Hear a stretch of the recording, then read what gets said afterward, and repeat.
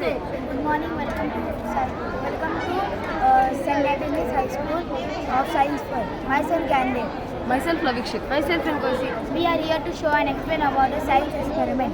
Our Joseph Priestley continued his research until he said the world calls Presley as a machine. He discovered oxygen. In 1773, he prepared oxygen by heating mercury with a burning lamp. He found that oxygen can't dissolve in water and it may become stronger. Now my friend Lavikshit will explain how to make instant snow. Take a plate and add 3 grams of sodium polycrylate in a plate and add little bit of water and mix them. So you can see it forms the sodium polycrylate will start to swell up and turn into fake snow.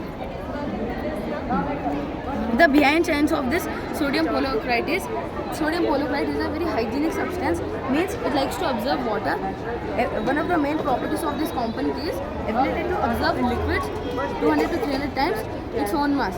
Means if you take a little bit of this sodium polycrylate in a bucket of full bucket of water and add this sodium polycrylate, little bit of this bucket of water will filled with fake snow. So it instantly absorbs water and so Thank you.